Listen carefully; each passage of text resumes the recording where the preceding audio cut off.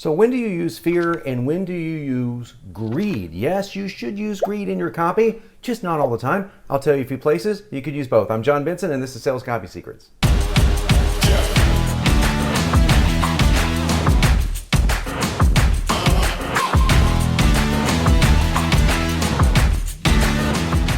Welcome back, and this is how to maximize fear and maximize greed for maximizing your sales. Pretty cool, isn't it? Especially if you are a copywriter or you're a marketer or you're just a guy looking to write more copy or a girl looking to write more copy or just anyone wanting to write more copy that is looking for tips, tactics, and strategies. This video is for you. Let's dive into the training right now.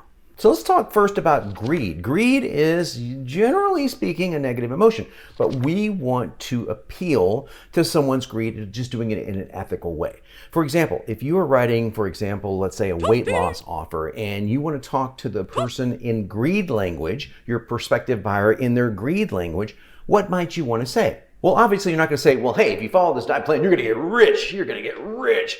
Obviously, that's not the kind of greed we're talking about. There's all sorts of different kinds of greed. All sorts of different kinds? Yeah, I can't speak today at all. You'll have to get over it. So what greed might someone have when it comes down to weight loss? Well, first and foremost is the greed of the offer itself. In other words, you want to come in with an offer and say, hey, it used to be this much and now it's this much, so you're going to save this much money. So that is a sort of monetary greed. But what I'm talking about is much more psychological than that. Think of greed as something someone wants more of. That's basically it. I want more of blank. So we associate it with money, but that's not the only form of greed. I want more attention. Now, your prospect may not believe that they want a lot of attention. That's not why they're wanting to lose weight. They're wanting to lose weight for all the healthy reasons, right? I want to lower my cholesterol. I want to live longer. Yeah, got it. No, seriously, some people do actually go on diets for that reason. I want to control my blood sugars. That's awesome. But most people go on a diet because they want to look better. And why do they want to look better? They want to get more attention, not in a negative way necessarily. In other words, they don't want to walk down the street and have everyone oogle them necessarily. Some people do. They probably want the attention of their most admired people, i.e. their spouse, right? So they want the husband or the wife or whomever to look at them and say, hey, I dig you. You haven't looked this hot since high school. Okay, so if he says that, then you should probably ditch him. Unless you think it's a compliment, then I don't know. I don't even know where I sit with that one.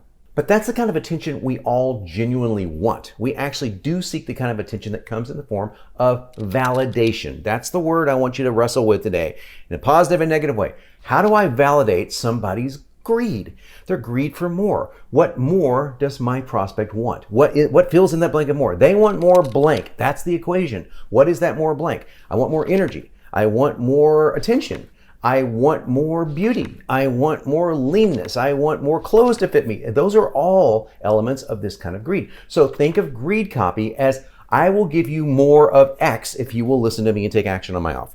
Now, you might be doing this automatically. You might say, hey, if you want to get more of this, more of this, more of this, then you'll love my offer. That's great. Then you're doing it right. But there's more to greed than that.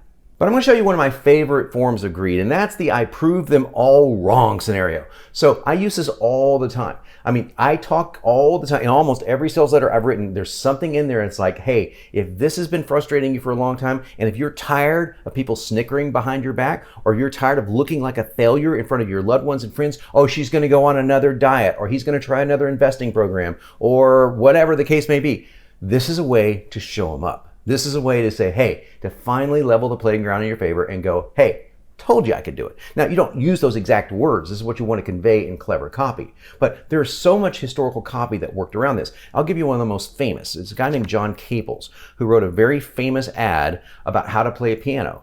So the headline goes something like this. Now, I don't remember it verbatim because I'm not looking at it, but it's something like this. It's a picture of a guy, cartoon guy back in the 50s, and the guy is sitting down to play piano. He said, they all laughed as I sat down to play until I started playing. It was something like that. So they all laughed at me when I sat down to play to try to play the piano until I started playing. So that headline conveys so much juicy greed. Okay, first of all, it's the greed of being good at something. I want to be better. I want more betterness. I want more talent. So that's kind of cool. But it's more than that. That also conveys something completely off topic, but I want to share it with you anyway because I shared it in my recent headline training formula. This headline worked perfectly into telling the entire story of not just the guy who went from rags to riches, the guy they never thought would succeed, now he's a piano virtuoso, but it also implies speed. because they all knew him. The copy reads like, oh, Bob is just up to his old tricks again. I can't believe this. So they must have known him well enough to know he doesn't play piano. So the headline had that built-in aspect of it of this happened so fast, it took everybody by surprise. One of the most brilliant headlines ever written. And it is a perfect example of positive greed. Now, how does this play into fear? Fear is used in a completely different element. Fear is used a lot in fear of missing out. It's literally in the FOMO acronym, fear of missing out. So people say, you do this with scarcity. If you don't act now, it's going to go away. Those are most obvious kind of fears that they are. But I go way deep into fear when I write copy. So what I ask myself is, what is the problem that my prospect thinks that they have? So we'll use weight loss again as an example, but again, this could work for any industry at all, okay? Any niche at all. So my average customer thinks, well, I'm unattractive, or I'm less active, or I don't fit into the stress, or my husband or wife is not attracted to me anymore. Those are pretty decent fears. So very rarely do we get to this pinky, okay, where they actually really know this, right? It's usually, I just want to lose 20 pounds and feel a little better, look a little better, you know. By the time they get through reading my letter, they realize that this is affecting their parenting, this is affecting their sex life, this is affecting their marriage, because it truly is. So I had this conversation with a client just the other day, and it was actually 6 of them on a call. So they did a 2-hour call, and they cost them a lot of money, but they got a lot of money out of it. And I told them this, I horrify every client I tell. I say, I write a weight loss letter, and at the end of that weight loss letter, people question their parenting skills. And they all went completely pale. I said, it's true. Children model their parents when it comes to eating. So if you are eating junk, your child is looking at you going, oh, it's okay to eat junk. This is not rocket science, people. So I said, and this is what I'm going to tell you.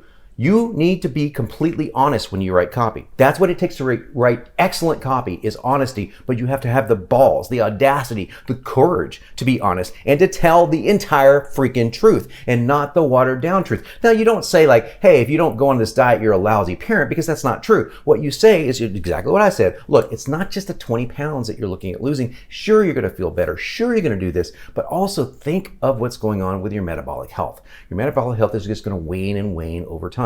And that can lead to disease after disease after disease. And worse than that, if you have a child or a grandchild, heaven forbid, or even a spouse that's looking at you, they're monitoring you, they're mirroring you, they're actually role modeling what you do. So it's going to negatively affect them as well. That's all I said, right? But that will go around and around in the head like, holy crap, I have to change. Otherwise, I really do endanger the lives of my children. I endanger my relationship. He might or she might find me less attractive, etc. Because all of that is true. You get where I'm going? So fear-based copy works best when it is telling the truth. Okay, sorry about the sirens in the background. If you could hear those, I can't do anything about it. It must be some sort of travesty somewhere. Hope everybody's okay. But check this out. Another place to use fear that I really, really like. And by the way, you have to talk about fears. If you don't talk about fears, you're missing 75% of human psychology, because we're motivated much more by fear than we are by the gain of pleasure. The avoidance of fear is a much more powerful motivation factor. So when we're talking in copy and we're listing off things, a great way to do this is to tell a story about somebody else. Have you ever, or say, and all you have to say, have you ever noticed a friend or someone you know that has this? Have you ever noticed how alienated they feel? How isolated, how lonely, how desperate, how unhappy they are? What am I doing? I'm getting them to think about somebody else, but who are they really thinking about?